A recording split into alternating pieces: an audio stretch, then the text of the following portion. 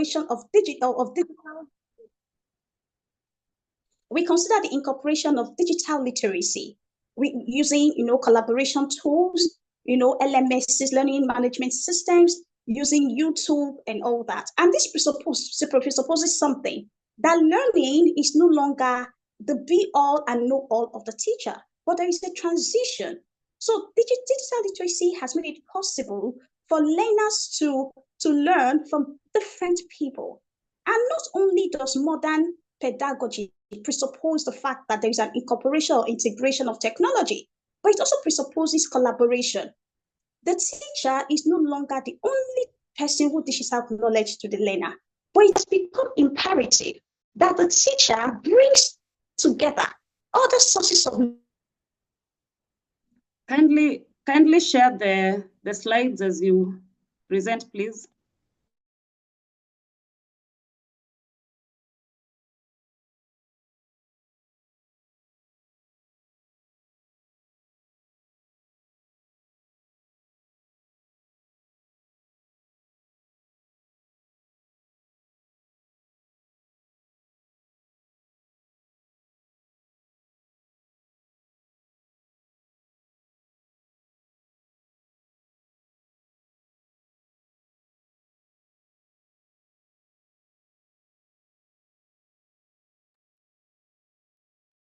I think the network.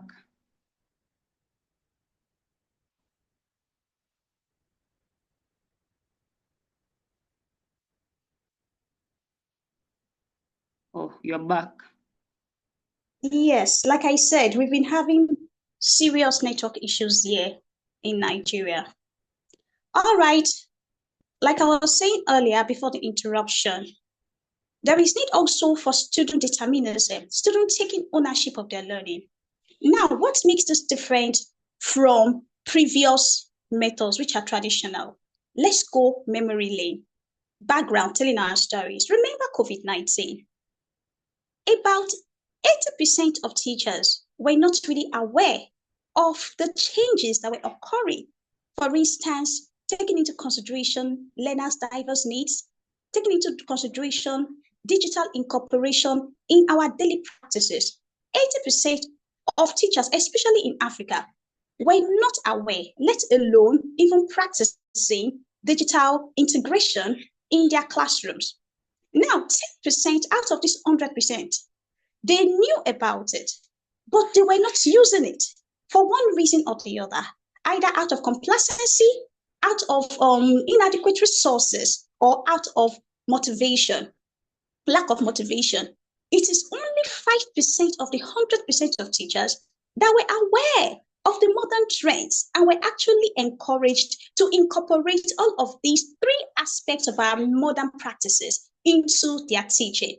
Imagine 5% of 100% doing the right thing, doing the needful in order to meet the needs of learners. That is a staggering statistics. 80% not knowing about it, 10% knowing about it but are complacent, only 5% actually using the knowledge that they had gained about the modern trends. And that was what COVID-19 did for us. COVID-19 jolted us back to reality, whereby we became aware. We began to reflect upon our practices, and we became digital immigrants. So at that stage, we were forced out of our comfort zone, out of our complacence, to begin to embrace technology, collaboration, communities of practice, and of course, to also recognize students' agency in their education. Another factor that necessitates the embrace of modern pedagogical approaches is diversity. We began to realize for the first time that our classes were not just peopled by students, but students with varying learning needs. It is one thing for us to know. It is another thing for us to be conscious of what we know. So we were jolted out to the consciousness of the fact that our learners were different. They had unique needs, and there was need for us to meet them where they were. And then came SDG goals, the need for sustainability. We cannot solve the problem of the present without innovation. And these are the three factors that have necessitated our need to embrace the three pillars of modern pedagogy. And these three pillars, like I said earlier, they are student agency, that is student determinism, collaboration, and digital incorporation. Having said that, what are these pedagogical approaches? The pedagogical approaches are not new to many of us, but because of the objective of our discussion today, it is for us to reflect on our practices, it's for us to improve on our practices and celebrate our milestones as we move further to improve on what we have been doing since 2020. Now, some of these pedagogical approaches are reflective approach, which is thought-driven, inquiry approach, which is curiosity-driven, integrative approach, which is interdisciplinary-driven, collaborative approach, which is co-creational, and then constructivist approach, which is innovation-driven. Of course, we may be forced to say that every other practice is constructivist. Why? Because at the end of the day, the student, the learner, will have to recreate his experience. We have to build upon his previous knowledge. We have to create a new experience from what he has learned, which is what constructivist is all about. Now, let's take it one after the other in a more meaningful way. The reflective approach is thought-driven, like I said earlier. Now, in the classroom, how do we experience or incorporate the reflective approach into our practices? I would like to use a model known as the EduClinic model and the art of journaling, which of course is not new to most of us. But let us recall the objective of this conversation: for us to reflect upon our practices, for us to improve upon our practices, and for us to collectively celebrate our milestones. Now, the reflective approach adopts a system whereby the student does not just learn. Learning is not just by doing.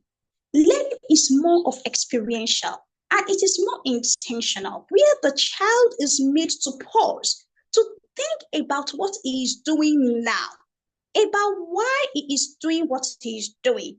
He is made to become aware of his emotions, of his feelings, and the thoughts going through his mind as he carries out that activity or engages in that learning process. Reflective approach is done in such a way that the student looks backwards, looks inwards, and looks forward, while the teacher gives cues such as, let us take an example, narrative essay, because storytelling works very well in the English language classroom. If we want to use the reflective approach, storytelling works really well. You assign a child or your students a story to write about. Instead of the child just writing a story, at some point in time, the teacher creatively nudges and prods the student to look inwards, to ask himself questions. What am I doing? What experience am I having? What role am I playing in this narration, in this narrative, in this scenario? How did I feel, or what thoughts are going through my mind as I reflect and pour out and express my thoughts and experiences based on this thing that happened 2 years ago, last month, or just a few days away? Now the child is able to think about his action, about his feeling, about his thoughts, about the contribution of the other characters within that story. And he is able to make a decision. What do I do after now? The reflective approach also works when it comes to assessment. By the time a child has been given a task, let us still use our narrative story, our narrative essay, for instance. The teacher, in helping the child appreciate his or her efforts and the intent and the content of the story, can ask questions such as, what did you learn? Why did you write this kind of story? What did this character teach you? When you were writing about this character, what thoughts came to your mind? How did you come about creating this kind of character? What role did this character play in your story? Now, moving forward, what do you think you could do to make the story better? That is the reflective approach. It works in building an experience for the learner, and it also helps the learner to assess and monitor his progress and what he has created. That is in the area of assessment and, of course, in-class exercise. What about EduClinic model? The EduClinic model is a model that most of us must have consciously or unconsciously practiced. For instance, you want to know and you want yourself and the student to be able to understand the reason why they are taking a course. For instance, they are in the transitional class from basic 9 to basic 10, or they have not really performed well on a task. Rather than just writing it on paper that, oh, you need to resist this examination, or you didn't really perform well, there are times we need to organize something we call EduClinic, where the teacher is a diagnostic and clinical practitioner. And then a conversation ensues between the teacher and the learner. In this kind of conversation, you move from the surface to get into the root of the problem, the root of the motivation that has led that student to take a particular course, a particular learning path, or to make a certain decision or choice in his learning path. So now, what about journaling? At the end of the week or at the end of a class, journaling has proven to help students retain information and also to understand themselves better and become more self-aware and to know how that subject or that topic connects to their real life experience, not just the real life problems outside, but their own inner struggles and how that topic relates to their everyday experience. At the end of the week, in the English language class, the teacher can have a note, a journaling note, whereby the students at the end of the week will write a brief, extract about what did I learn this week. It will help the students to be able to evaluate their learning, monitor their progress, experience deep learning, and also retain a lot of information. From the picture you see, this is a picture of an EduClinic model where teachers, they are having an interaction with the students. And as they are having the interaction,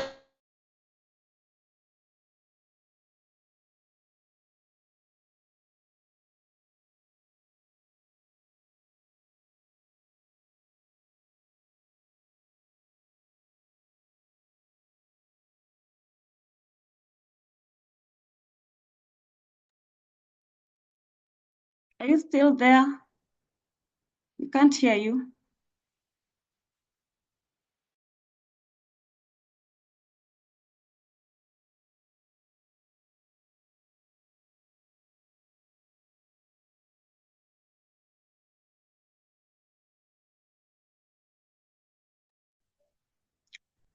Let's give a few minutes. I think it's technical issue.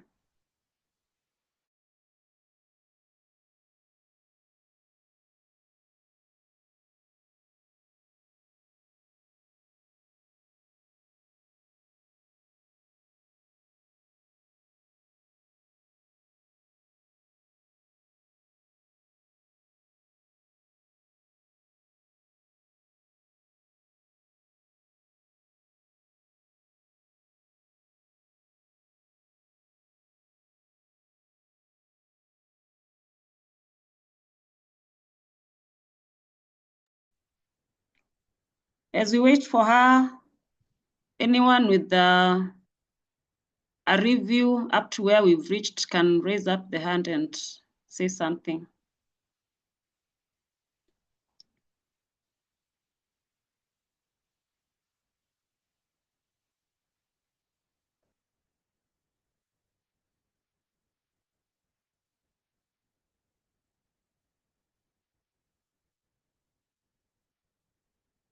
Or you can put on the chat box.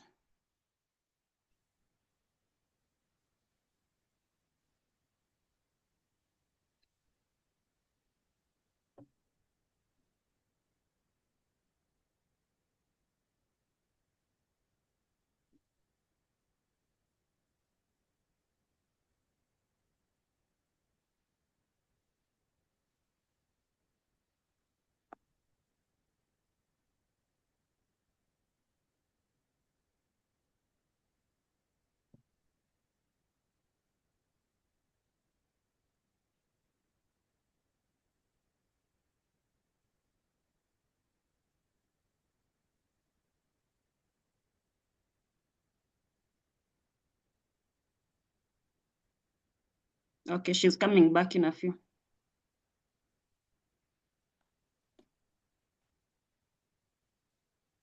Hello?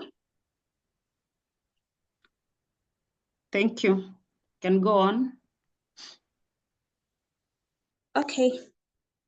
All right. Please, can you remind me of where I stopped?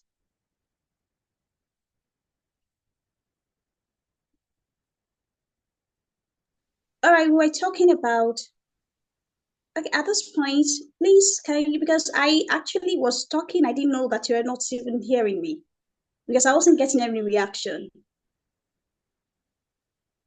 No, you just left a few minutes ago, like 2 minutes only. We were at the slide 8, yeah.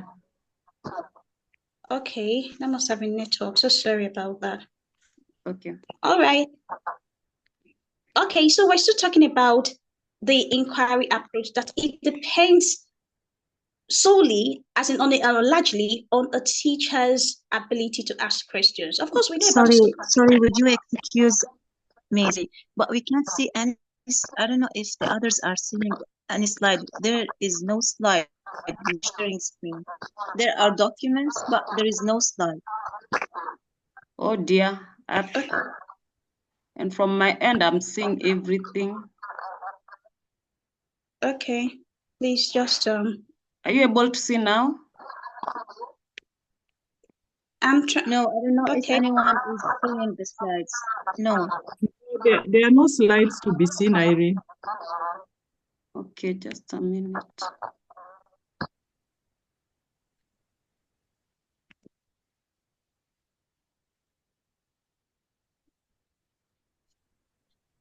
You have opened the files, and we can see all the download files.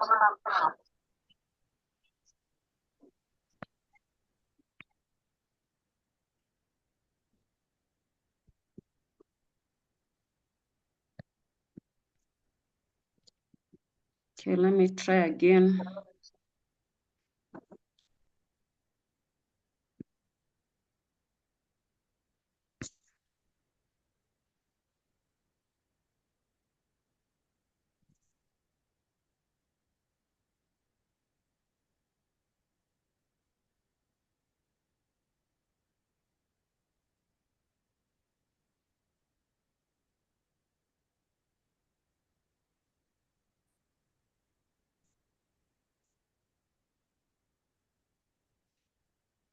What about now? I will send you a seeing, screenshot to check what we are seeing and what are you sharing on the screen. 1 minute. we are only seeing the documents there in the files. Yeah. So maybe you go to the actual file you want to share and open it. We are seeing everything, but not the specific one. Wow. And imagine from my end, it's showing the slides. I don't know what's happening. Margot, dear, I sent it to your shop. We are just seeing the folder that you opened, which is download, the folder of download files. I sent you what we see on the screen.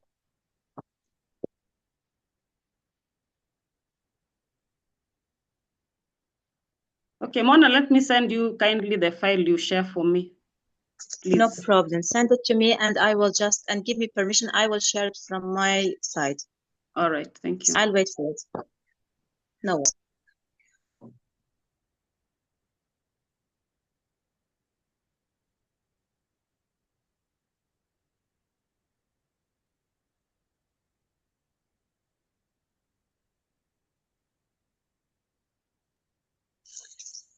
Margot, you sent me screenshot. Engaging strategies. No, that one I was showing you from my end. I'm actually seeing that I'm sharing slides to you people. Would you please open the whole laptop so I can see what is going on? Okay, when you put, go back, please. Go back, honey. Sweetheart, go back before, stop sharing. But okay. let me see whole screen.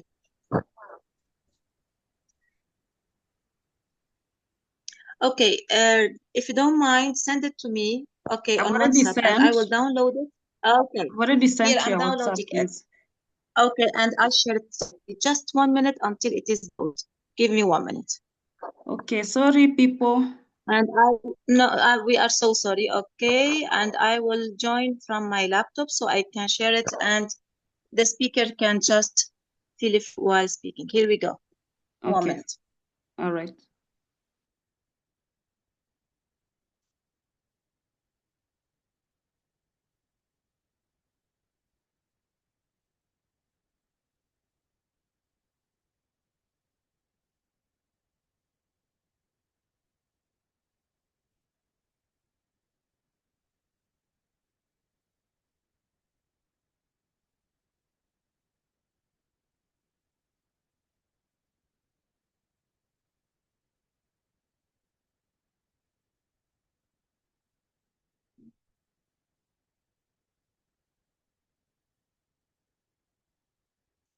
Margot, dear, would you mind just 1 minute?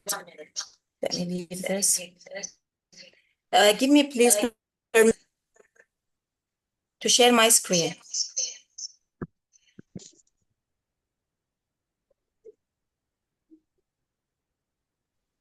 I've already Okay. allowed.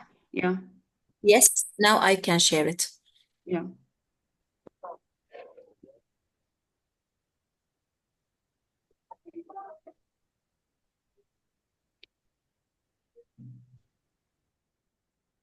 Okay. Okay. Can I see the screen? Yeah, we can see. Thank you so much. Okay, no worries. We're here to support each other. Okay. And now I'll go to slide 8. Which have you reached here? Slide 8. Okay.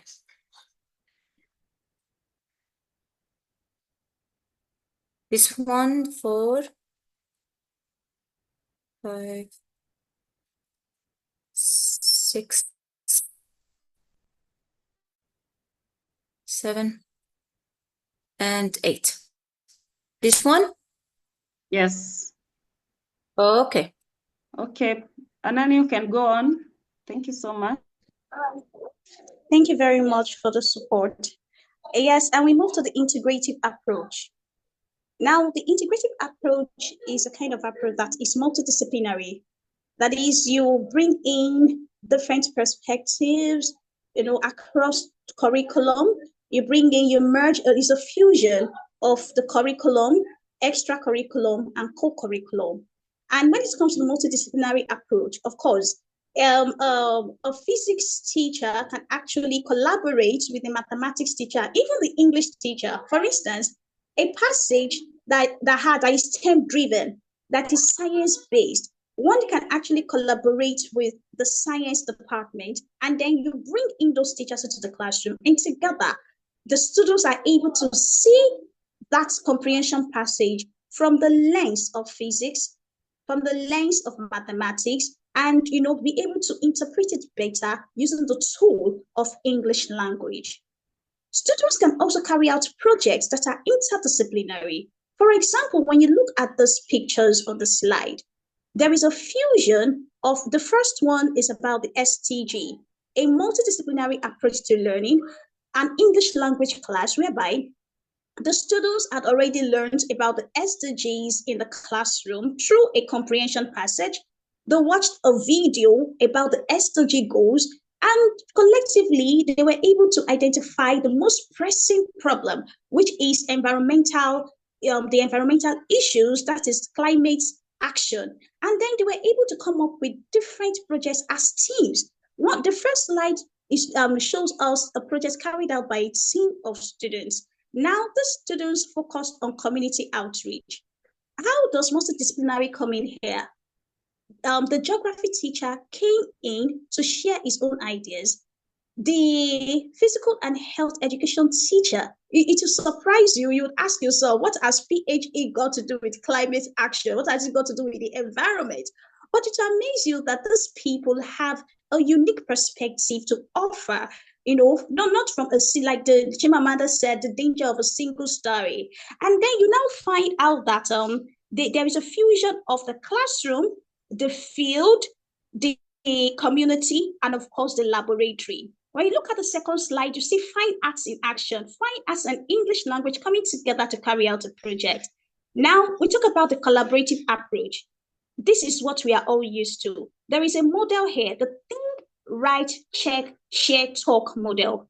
Students come together to think about something. For example, in an English class, if I were an object, or if I were an animal, if I were an adjective, for example, the students reflect, they think about an idea, then they write it. After writing it in a little composition whereby they are able to express and compose their thoughts, they now do a pair share, whereby student A gives his note to student B, and student B proofreads this work for content, organization, mechanical accuracy, and expression. And then they share, they share their ideas, then they talk about it. That is a presentation. So through that, that is a collaborative approach whereby it eases social anxiety, it enhances collective strength, it improves attention and listening skill. There is a platform for digital inclusion whereby you can use Jamboard to carry out this collaborative task.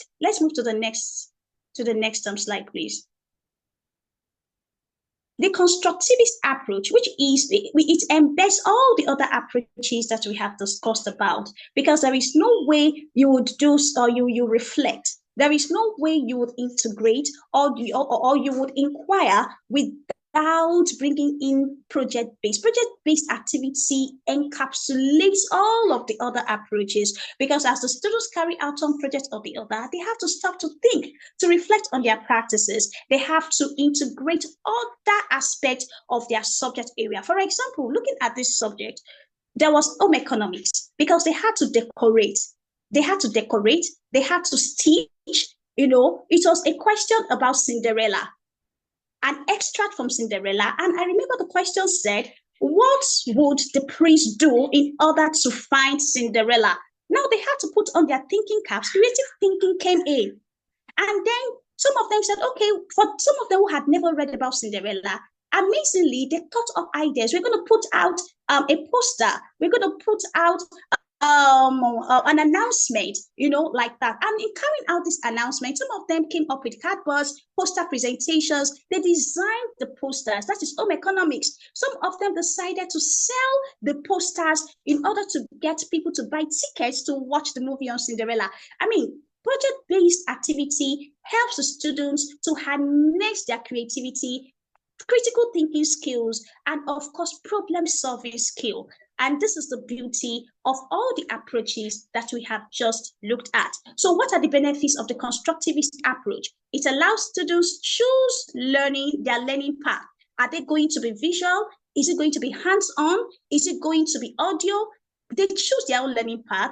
And of course, it uses the PBL, project-based learning, and of course, encourages higher order thinking skills and fosters the 21st century skills, especially creative thinking.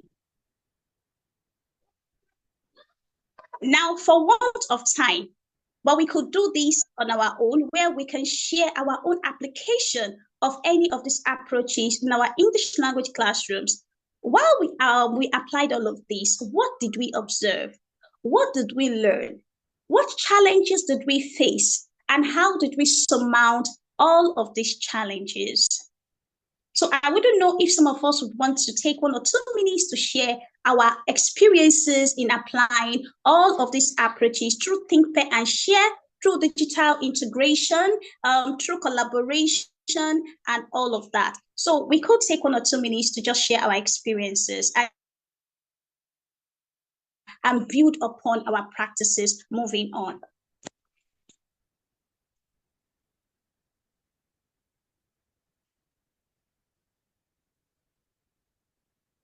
Okay, if we don't have any contribution, can we just move to the next slide, please?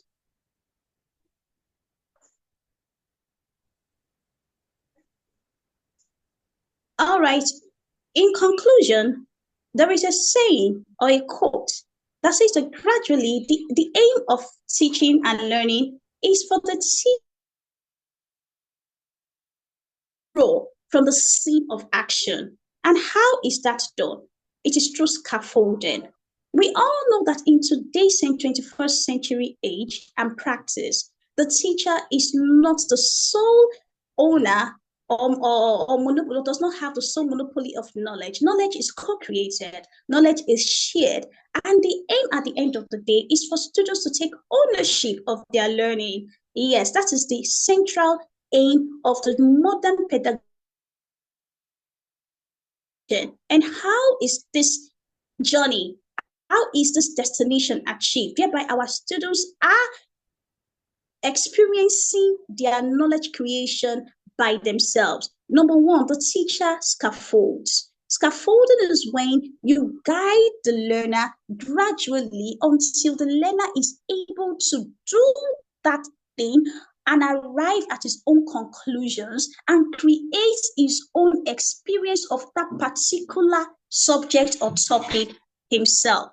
Now, teacher probes our ability to go into the roots of a particular problem, the root of a particular topic, helping the student understand how the topic in comprehension, the topic in summary writing, essay writing connects to his real life needs, real life experience, real life problems. These are the skills that teachers need to be able to help the learner become an independent creator of knowledge while depending on others to co-create these experiences. Now, the teacher assigns our ability to scaffold, probe, assign, expose, which means we are able to give exposure, ample exposure to our learners, not just from our own perspective, but by collaborating with other teachers who bring in their unique perspectives into the classroom and enrich the learning experience of our students,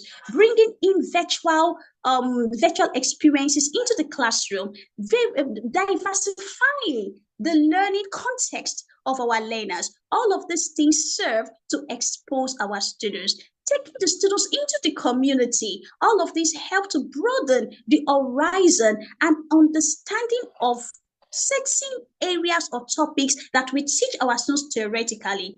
Now, teacher probes. As a teacher, the modern pedagogical approach behoves us to push our students towards taking ownership of their learning. Because when a student takes ownership of his or her learning, intrinsic motivation ensues. Teacher facilitates. When you scaffold, you are facilitating as well. Then teacher communicates. Communication in this context refers to feedback. When we have teacher clinic, for example, that is a way to give feedback to our learners. That is a way to lead our learners to become aware of themselves, to gain self-mastery, to gain self-regulation, and also to gain self-understanding. So at this juncture, I want to make a call to action. What is the call to action? Some of the things we can do. Remember, at the start of this conversation, we did mention the 3 pillars upon which modern pedagogical approaches are based upon. Number 1, digital tools. Number 2, collaboration. And number 3, student determinism. And how are we going to build upon this? Good enough. Teachers are beginning to become aware and participate in community of practices. What about our students? There is something called personal network, and there is something called peer network of learning. Personal network of learning, when I network with you on WhatsApp, another teacher networks with me on Facebook, we network with one another on LinkedIn. That helps us to broaden our horizon. It enriches our pedagogy and also helps us to network far and wide for the benefit of our learner. Could we do that for our learners as well? A lot of learners are not maximizing the use of personal learning networks on social media. For those of us on this platform today, it is possible for us to create a Facebook page whereby all our learners will be registered on that Facebook page so that they can learn, exchange, and grow together. Another thing is peer learning network. An example of peer learning network is what we are doing. Teachers, we have IELTA, we have ELTA, and so on and so forth. Community of practices for teachers What about community of practices for our learners? This will go a long way in boosting their receptivity and their knack for experimentation, academic experimentation within and beyond the classroom. And finally, the act of journaling. We should encourage our learners to intentionally keep journals, the English language journal, and every other journal that will help them to appreciate the cumulative of their learning experiences on a weekly basis and even on a timely basis. Looking back, it will help to generate a reflective practice that would benefit not only we, their teachers, but also our learners. On this note, I want to say thank you very much for giving me your attention. And I really apologize for taking our time.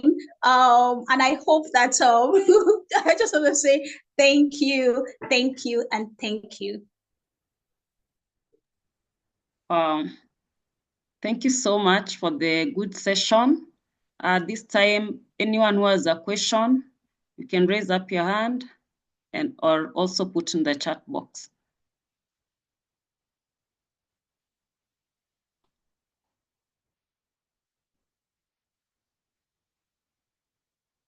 Anyone, question, a review?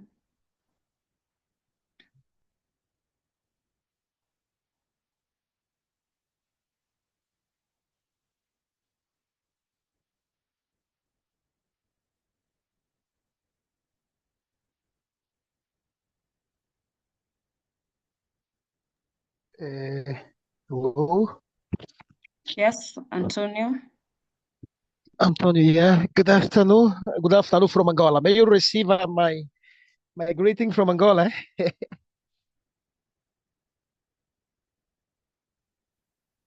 Hello? Hello, yes. Okay, sorry. What I want to ask, actually, do we have this content available?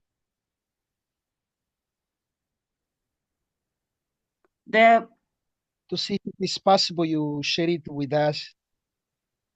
The slides. Because, you know, that's, yes. Yes, we'll the share slides. the presentation, the recording. You'll be able to, and the slides. Oh, okay. Yeah. Thank you so much. Thank you so much.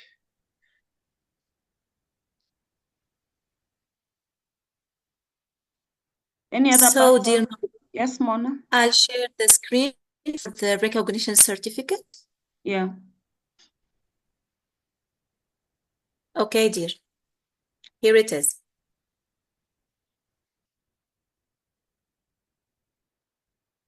Can you see it?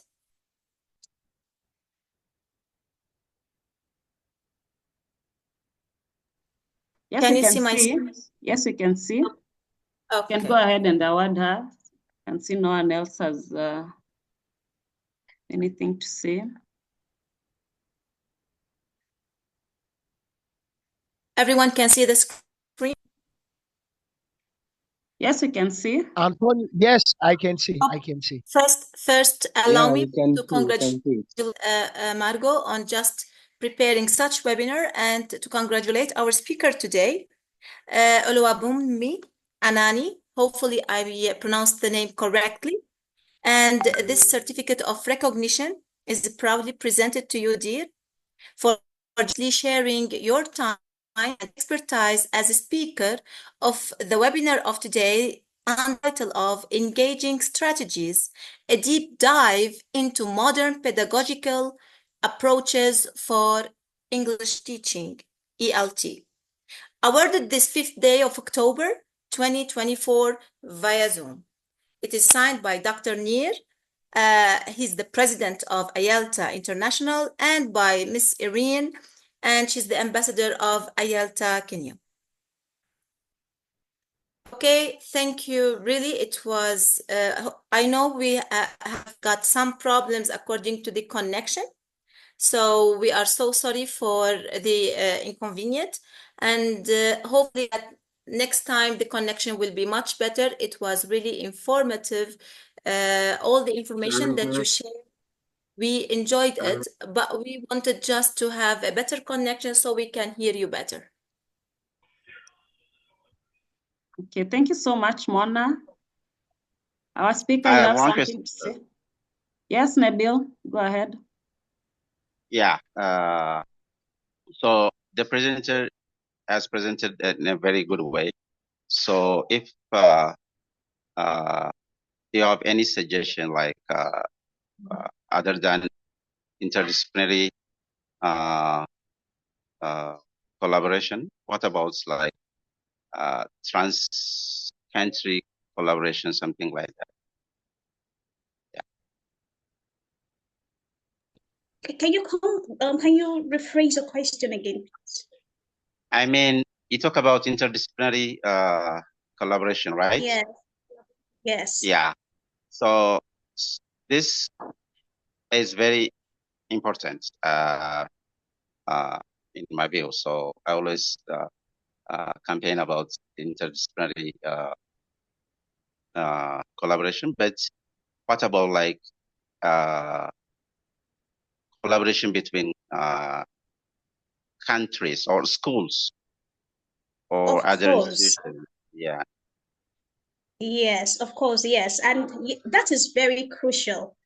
When it comes to collaboration, collaboration does not have to be within your school or within your practice.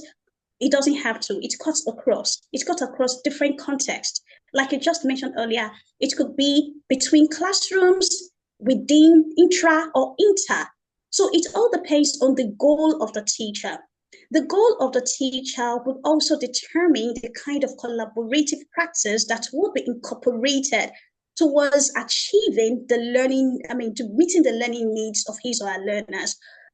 For instance, like you said, okay, I want my learners to understand the problem of environmental sanitation in Kenya, for example. I want my learners to know how people in Kenya handle the issue of plastic pollution. Of course, I could collaborate with another teacher in Kenya who may not necessarily be a teacher of English. So at that level, I am not only collaborating across countries, across border, but I'm also collaborating across subject areas. So collaboration is not limited. It all depends on your objective as a teacher. What do I want to achieve? Do I want to achieve expertise? Do I want to achieve social collaboration so that my students can know Kenyans better beyond the fact that they want to learn more about the SDG? So at the end of the day, it depends on the teacher. I hope my question, my response satisfies your question.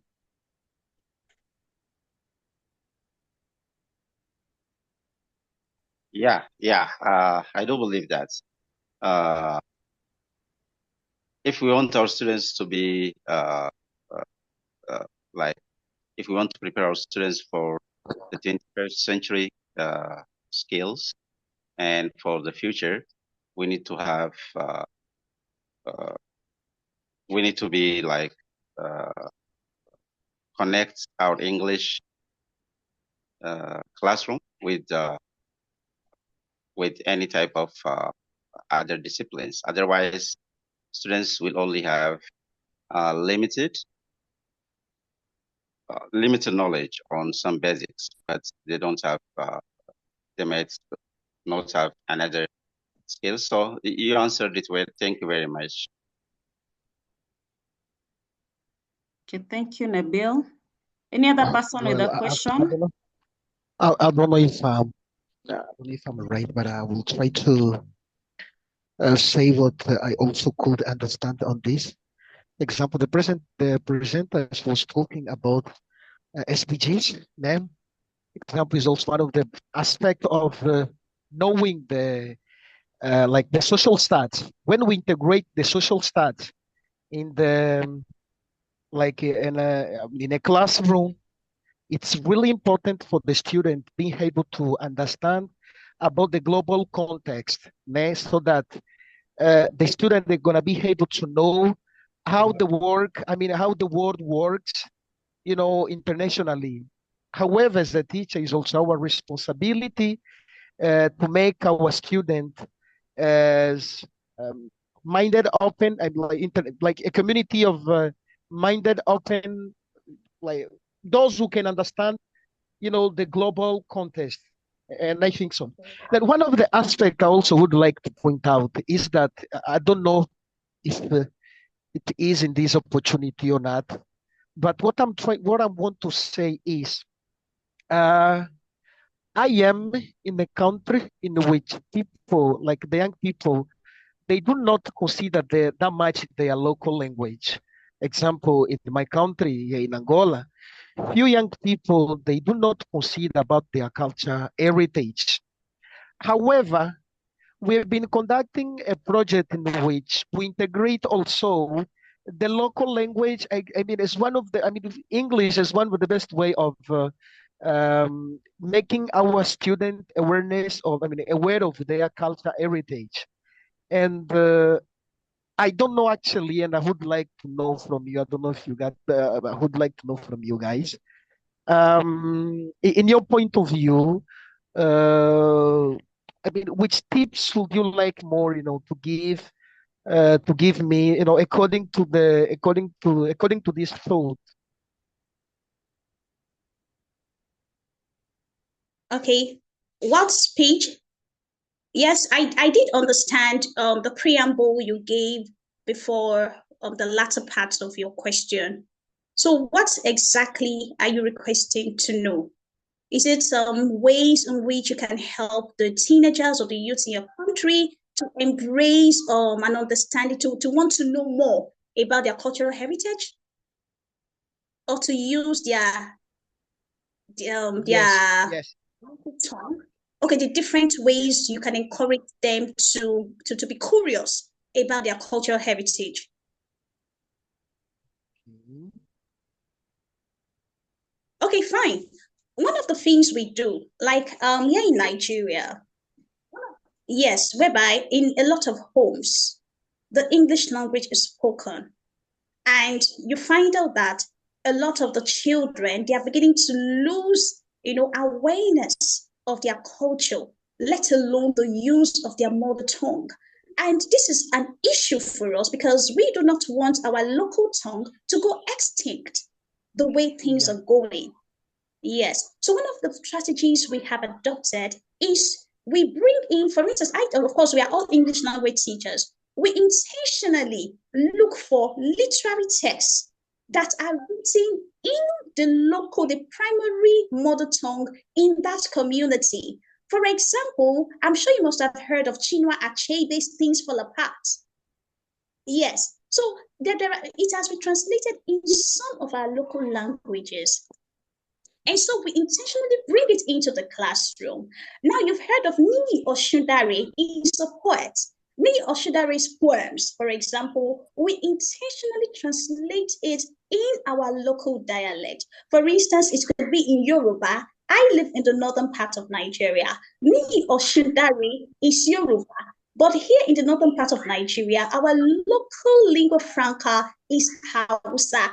So now that is a unique problem. So we have works that are translated in our local dialects, and we challenge the children. For example, in the course of the term, we'll be having a public speaking competition. And the public speaking competition is not going to be done mainly in the English language.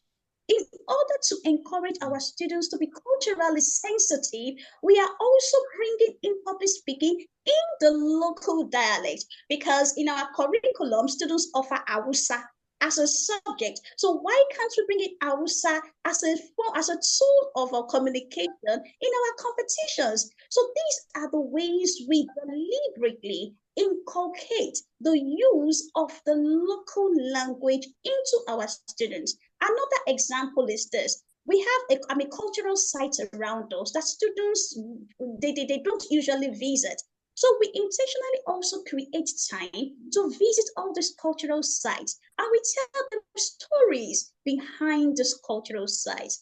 Last time, we also watched a movie on Fumilayo Ransom Kuti. This is a historical figure who lived, of course, she's a historical figure. A lot of our children do not even know about the heroes and heroines of our historical heritage, of our cultural heritage. So by exposing them to these figures, to these role models and what they stand for, it will help them develop a curiosity, a hunger to discover the wealth that is inherent in our cultural heritage. Before you know it, there will be a mindset shift that you'll be creating and a movement by embracing multilingualism within your school and in your sensitization of parents, of teachers, and of course, the students. I do hope that I've been able to give an answer to your question. Thank you so much. And I teach for one international school here in my country. And something that I really love is when I see those children from Nigeria, all of them, they are good at speaking their local language. You talk to them, hey, Ebo, how are you? Yeah, I'm great, teacher. I also speak my local language. I say, oh, how come? That's really fantastic. Why? Because even also the local society, I think that helps also. Well, unfortunately, this is one of the, I know that in here we have also another teachers that Angola, an example, they know and I'm pretty sure they've been facing this. And it's really good. I'm really happy. Thank you so much. As a teacher, as an English teacher, it is my responsibility, sharing this with not only actually with the local people and with the local students, but also with everyone in the world. Thank you so much. Thank you so much. So thank you so for steering this conversation to this point. Thank you. Yeah. Okay, thank you. You can see Mona has written something on the chat box.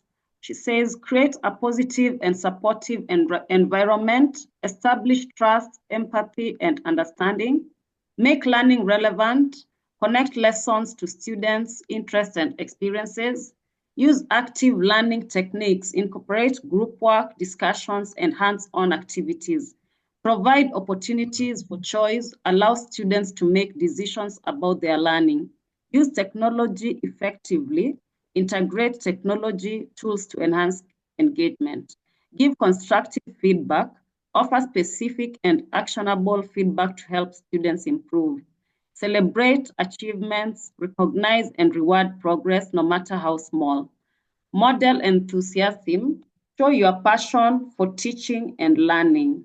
Wow, that's a nice one, Mona. Thank you for sharing. I think at this time, we can now wind up the webinar. But before that, I had seen Professor Austin. I don't know whether you're still here. I think he has left. Dr. Ali, you can say something as we wind up.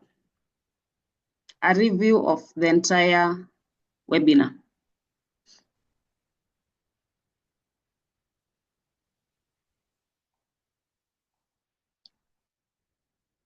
Dr. Ali, or anyone who is ready to give a brief review.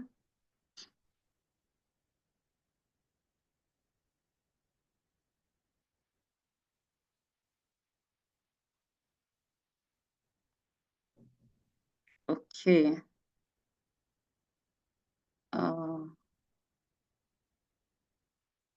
Okay. Then at this time, copy paste the link on the chat box.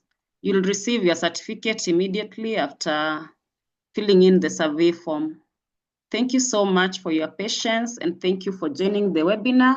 We shall meet again first Saturday of November at the same time. Thank you. Thank you very much. Thank you very much, Margot. Thank you, everyone. I do appreciate this invite and for the contributions made. I appreciate, and especially to Margot, I must say very big thank you for your persistence and your support. Thank you very much. You're welcome, and thank you for giving us a very wonderful session.